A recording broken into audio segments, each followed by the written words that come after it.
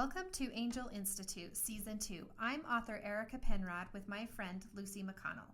This season, we're going to be talking about all things Cupid as we focus on the Cupid division of Angel Institute. Talking about date nights, relationships, and all of the yummy stuff. So sit down, relax, and join us, and let's get started.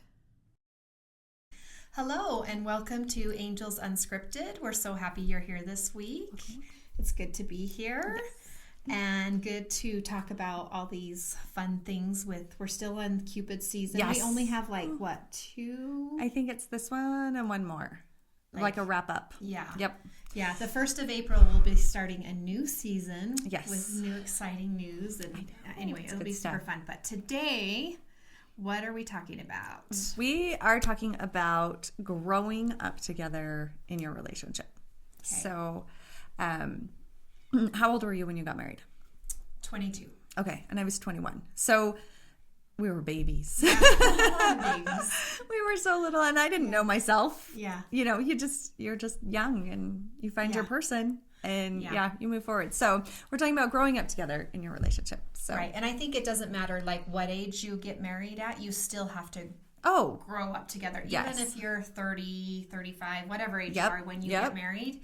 There is a growing up together. So it applies to everyone. It doesn't matter if you're young, but in our case, it happens to apply that literally growing up and growing in our relationship. So, yeah. All right. So there are 5 key aspects. Boy, are you struggling today? I'm already struggling. You're having a rough It's day. daylight savings. We had this conversation. Oh my gosh. Daylight savings has either way, spring ahead or fall back. It's a problem. Yeah, but this one really freaks me out. Leave us a clock emoji in the comments if you want daylight savings time to go away. This will be our unofficial poll to figure out if the rest of the world is as disgruntled about it as we are. I mean, honestly, for 2 weeks I'll think I have the flu. And then I'm like, oh no, it's daylight savings. It's just daylight savings time. I totally forgot it's daylight savings.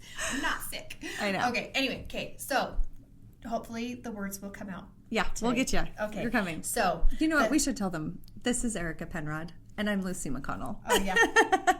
There you go. Now you got our names. We're Again, good. My brain's not working. We're all good today. Okay, so five key aspects of growing up together as a couple. So these are kind of fun. And some of them we were saying we've kind of talked about before in previous episodes. So we're just going to briefly touch on those. So number 1 is open communication. Wait, before we do shared that, goals. Let's you do want to this. do shared goals? Yeah, I kind of wanted to talk about that, what growing up together means. Okay. So it says supporting each other's personal growth while also navigating challenges and milestones as a united unit. Essentially building a deeper connection as they both age and change as individuals. Yeah. So that's it in a nutshell, and then breaking it down in 5. Yeah. 5 key aspects. So 5 key aspects. Yes. Okay, number 1, shared goals and aspirations. Okay, so this is interesting because we've talked about opposites attract. So that's different. That's complete opposite. So this one is shared goals and aspirations. Okay. So how do you feel about that? I agree that coming together in a relationship and having a shared goal. I'm thinking about the goals that I shared with my husband when we first got married. And they were, to have a family, build a family, own a home. And then we each had individual goals outside of that. But it was kind of like those were the 2 we couldn't have done without each other, that we definitely needed each other in order to do. Right. And so I would say those were the 2 main ones that we had. Okay, and I like pointing out, as I'm always bringing up my daughters because they're in the dating age, talking to them about you want to have goals and some of the same goals and aspirations, like whether you want a family, whether you want, those big things, but it's okay to have your individual goals that are different. But what you're looking for is somebody that supports you in that, which we'll talk about that in a little bit. But so shared goals and aspirations is number 1. Number 2, open communication. Okay. Yeah, we did a whole podcast on that one. I think it posted last week. So you can go back and it's like the top 5 ways. Yeah. 5 top 5 keys to good communication in a relationship. Yeah. So if you want to go to that one, which we can't say it, which is hilarious and ironic. I know. We cannot say the words for communication. Blame it on daylight savings. Yes. Actually, we tripped over it last time. Yeah. So anyway, if you would like to learn more about communication and open communication in a relationship, check out that podcast. Yeah. But I will just say that there is something about being open about your goals. Yes. In a relationship and what you expect. And I don't think our list touches on expectations. Right. But everybody has them when they get married or get into a relationship. You have expectations of about what that person's going to do. And maybe that's a whole other podcast. As we do our wrap up next week, we can talk about expectation. Or joy even, like that they meet it. But it's like when you grow, for example, when you grow up in a house and let's say your dad always took the garbage out and your mom always did the dishes or vice versa, whatever it is. So you grow up and you're going to assume that your spouse always takes the garbage out and you always do the dishes. However, your spouse grew up in a house where the kids took the garbage out and mom and dad did the dishes together. Yeah. And so there's going to be some conflict there and you have to discuss those kinds of expectations because otherwise you just get angry at them and they don't know why. Yeah. Oh, I had that for sure. When I got married, my dad fixed everything in our home, was very mechanical. I mean, and that's what he did for a living too. He was a diesel mechanic. And so whenever anything went wrong, Dad just called Dad. He took care of it. And so when I got married and something happened and my husband's like, I don't know. You're like, wait a minute, how do you not know? Like, you're supposed to know. This is your job. That was a real learning curve for me. Yeah. And, my husband has, over the years, learned a lot from my dad and does a lot more. But it was really interesting. I was like, wait, you don't know how to fix the dryer? Like, I thought every man knew how to fix a dryer. So, expectation pain. Yeah. Yep. For sure. Okay. Cool. So that was number 1, shared goals and aspirations. Number 2, open communication. Number 3, mutual support. Yeah. I think this one is huge. It is. I do. I think that this, and like talking about relationships, I think that's probably one of the key things is recognizing that you might not love something, but your spouse or your partner or whoever, your boyfriend, girlfriend, does. Yeah. And showing up for them. Yeah. We have a lot of things in this house that we don't mutually enjoy doing. So, for example, my husband is a ski instructor, loves to ski. All my kids ski black diamonds. I tried to learn. I really gave it a good try. For like 7 years, I worked to become a better skier. And I realized at the end of the day, I just don't love it like it's he just does. Not your thing. It's not my. 7 years of trying to love it is a good go. Like I really gave it a good go, and then I just realized I just don't love it. I'll go now. Like we have a Christmas Eve ski day. I'll go. I usually do a couple runs and then I'll end up in the lodge with a book and a hot cocoa. Yeah. Well, and then everybody will come in for lunch and I've saved a table and it works out. My level of love for it works in my family because I can be there to do other things. But yeah, so that's just one example. But you support him in I his do. love for it. I do. They spend so much. My family spends so much time at the ski resort. I could see where somebody would get very resentful that they were spending time away or in something that they all love that I don't. Right. But I actually take a lot of joy in it because I've seen what it's done for each of them, and I'm excited. That they all have the confidence to approach those situations without any fear and go. And so it's like, they meet a new friend or somebody and they're like, oh, I ski. They're like, I ski. And then it's like, they're fine going. They just pack up, take their ski bags and their stuff and they go. And so it's given them another tool in their toolbox for life and accomplishment and things. And so I'm really grateful that they have it. Yeah. Well, I just think this is such a huge part of a relationship, of a healthy relationship, when you can take a step back, recognize it's okay if I don't love that, but support them as best you can in it. Yeah. Like when we got married, my husband did a lot of hunting, and I promise you, I am never going to be a hunter. Like it is not my thing. Like I am never going to do it. You're not going to enjoy that? No. Oh, okay. But it got to be where we recognized like he would have the hunts, the season would come up, and it was his time to go with his friends, his his family, his dad too, you know, things right? like that. But it was time, and when I had my little girls, it was girls' weekend because he would take the boys, and then so we looked forward to it. And then when he got his big elk, we were so excited, and he's sending pictures, you know. So it's like it was just one thing that we agreed. We're not going to do we don't this have together, to do it together ever. But the horses we do together. We absolutely love, you know. So I think it's that balance of having things that you love to do together and recognizing when you don't. And it's, you know, I always go back to the chick flick thing. Like, my husband doesn't necessarily love a good chick flick. I'm shocked. He loves me. What? So he is always willing to go. Yeah. You know, and so I love that about him. So yeah, mutual support is huge. It is huge. Okay. And you have to, like, one of the things I think you have to do is get rid of the idea that whatever it is they want to do is a threat to you. Yeah. They're not, like, outside interests are not a threat to your relationship. Right. So let go of that. Release that idea and the fear that whatever it is will take them away from you, because it doesn't have to if you become involved and support it. Yeah. Like, you can be a part of it. You just may not be without actually doing it. Yeah, for sure. So there's ways to do that. Just look for ways to be the support crew in that situation. And then vice versa, when you go do something, you know, let them know you expect a support crew. Yeah. Okay. So, what are we on? 1, Adapting 2, 3, to change, I think. 3, yes. Yeah. Adapting to change. It's number 4. It's number 4, yes. We had shared goals, number 1. Number 4, adapting to change. Being flexible and willing to adjust to life changes, career shifts, new family dynamics, or personal transitions together. I mean, we could spend 25 to 30 minutes on each of those. Like, career shift. Let's just, I mean, do we want to talk career shift? When I married my husband, he was working for his father's company.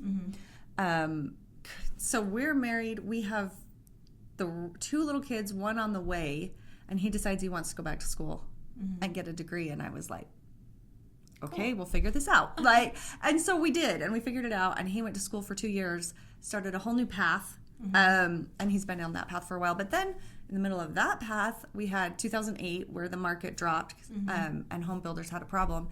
And he picked up teaching skiing, like random. I had no idea he even had put skis on. The guy's a cowboy. I had no idea. And so this came out of the blue, and I'm like, okay, here's a new part of you I didn't know before. Moving on, you know, kind of a deal. And so being able to adjust to all of those career changes. And so, and he still builds homes and does ski teaching. Like, it's a thing now.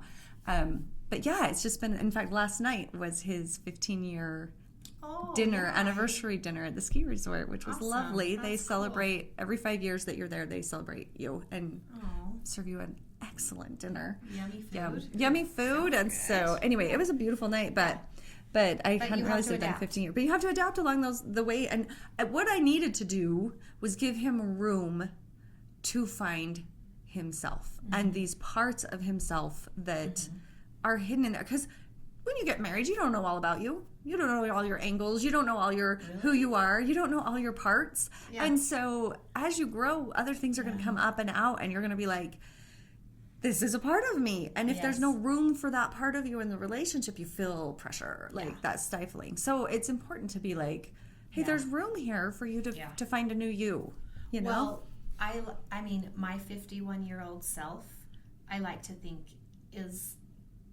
has grown leaps and bounds from my 22-year-old self when she got married. I don't know about you, but I really knew everything in my 20s, like everything. And so looking back, I mean, I know I have grown so much, and just I hopefully for the better. But yeah, like I've changed a lot. Yeah. And you know, and then you have those experiences. We had the first 10 to 15 years of our marriage was a lot of health issues on both, like between having babies. We had premature babies. We had NICU. We had about everything. My husband in a hospital bed in our living room for a year with 3 hip surgeries, and 4 tiny little kids, cancer, all of it. Yeah. And looking back, I'm thinking, how did we live through all of that? Right? But it was adapting to change. It was like making the best of whatever was going on, and each of us dealing with a lot of issues personally, and then as a couple, and with our family dynamics. And so, yeah, like being willing to change and it's not something I'm super good at, like, or comes natural, I should right. say. I kind of like, no, I said this and you said this, and that's the way it's going to be. Forever. Yes. Yeah. And so adapting, that's a big thing. That's a big one for you. I think that's a big one. Yeah. Let's see. New family dynamics or personal transitions. Okay. I feel like the new family dynamics, bringing kids into the relationship definitely changed. And my husband was like, he would say, I'm on the bottom of your totem pole. And I'd laugh. I'm like, no, it's kid 1, kid 2, kid 3, kid 4, not necessarily, but kids, then the husband, and then me. Yeah. Like that I'm like, you think you're on the bottom, but you have no idea that I'm still doing stuff for you. I'm not getting stuff done for me. And taking that time for myself was really hard to learn that I could take better care of all of them if I was better cared for. Yeah. But no, that was like, and every kid we added, I was moved down further. Yeah. And I was like, and I just adapted because you're a mom and it's very natural to do that. Yeah. But for him, he's not a mom. So that being pushed down that totem pole was rough for him. And that was an adjustment we had to figure out. Yeah. Well, as you were saying that, I think that goes back to another thing that is not listed here.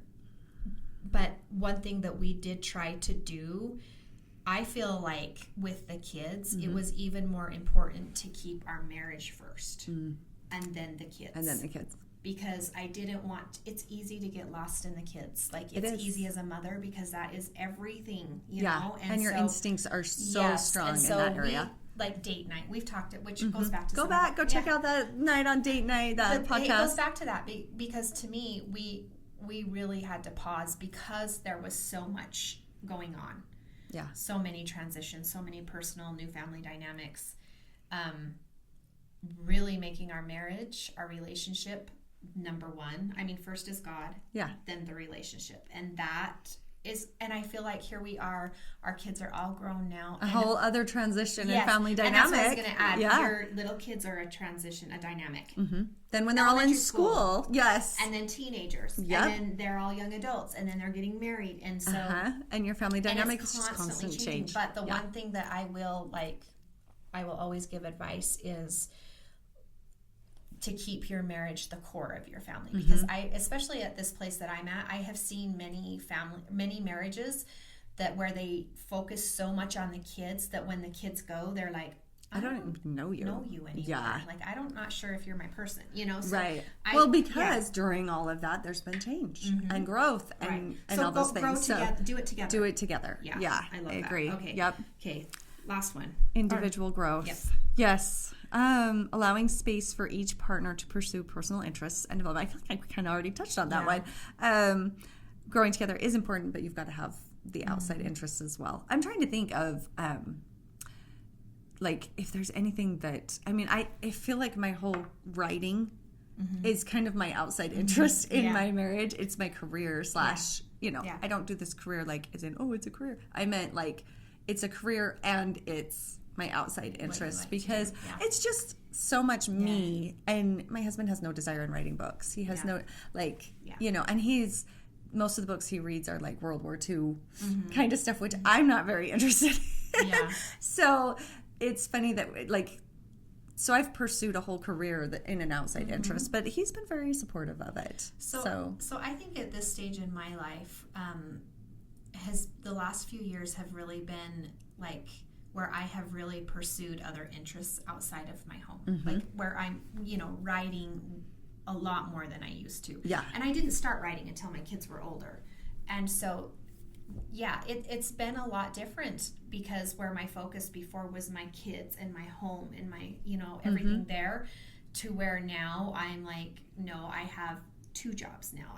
Outside of the home, I write, and then I also am a professional organizer. And so that's been really different. So I feel like this phase of my life, there's a lot of growing going on. Yes. And it's exciting. It's so fun. But having your spouse support you, that's huge. Yeah. And let me just, and he doesn't have to support me by listening to all my storylines and doing all of that. Or reading every one of your books. Exactly. There's other ways to support. But it is, as I've found, when you have an outside interest, it is important to have somebody, you can talk to about that. Right. Like, and to have a crew of some sort. I mean, we have so many amazing writing friends. Right. And we have our... Oh, right. Yeah, writing friends. Right. Yeah. WRITE. And RIGHT.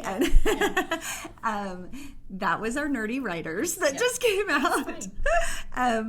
And then, you know, so if you have people that you can talk to about these things that are also interested in them, it does help when you come back to your spouse and you're relating, this is what I did. Oh, and so said this. And, you know, we had this conversation and this is what we talked about. And it's a way to include them as well. Because then they can come, like, you can have dinners with them, with groups. You can bring your family into this group. Like, it's just widens your circle of support. And so I think it's important to have friends that are interested in what you do that's outside your spouse. Yeah. So personally, I totally agree. Okay, let me just say, it is impossible for one person to be all things for another person. Right. And that's a hard lesson that I learned when I was first married. Because I expected him to fulfill all my needs all the time because this is my person. It's impossible. Yeah. That's why we have God. Yeah. That's why God is that for us. He is the one that will do those things, everything for us. He's the only one who can do all things for us. But your spouse is a different role. And so once you take your spouse, so maybe in my mind I had made my spouse my God in assuming that he would do all those things. And so once I took him out of that space and put God back in where he belonged, and then treated my spouse like my fellow companion on this journey through life rather than the one who's supposed to fulfill all my needs. Yeah. Then we had kind of a breakthrough, or I guess I had a breakthrough, but like I had a breakthrough and our marriage got better. He just didn't know it. It's like having your whole argument with your spouse and he doesn't know it. We broke up. Yep, we're fine now. Yep, we're good. And so, yes, so I had a breakthrough he wasn't aware of. Yeah. But Yeah. So on the flip side of that, I've had a conversation recently with someone who has worked very on personal development so that she feels very confident and very happy by herself. Like she doesn't need another person to make her happy. She knows that is her job. She can take care of herself. So that now, as she has this opportunity in a new relationship, it's almost a little scary because she's like, I don't want to give him my happiness. Like I don't want him to give him the power to I'm like, okay, there's that balance, realizing he can never do that. Never take it away, never, but he can increase it. But she's so good at being on her own that she's like, I'm not sure that I want to let somebody into this. You know? And I'm like, okay, that's a flip side to this whole conversation. That is interesting. Okay, I want to tie this all back, the growing up together, if my phone is going to recognize your face. Do you see me? No. Mine does not. Okay. When I have my sunglasses on. I've noticed that. It just doesn't. Yeah. Well, apparently it's not seeing me today, so I know. Okay, I want to tie this back, though, to growing up together, to your book, Axel. Oh, yes. Because we were talking about this, like how this applies to our Cupid books. Yeah, so it's a older brother's best friend romance. Yes. So technically they grew up together as children, which... to me is I think about the things that my older brother's friends saw me do. I'm like, yeah, that's just a deal killer. There will never be a romance with any of those. Yes, like that kind of a thing. So it's interesting because as we were talking about giving the other person room to grow, in order for an older brother's best friend relationship to happen, that has to happen because you have to let go of the fact that person was the child or the little girl that you saw eating dirt in the front yard when she was tiny, kind of thing. You have to let go you have to let them be who they have become in order for that relationship to work. And so there's a line, I absolutely love it in my book. There's this line where she says, Axel, I wasn't expecting you, but I am not disappointed.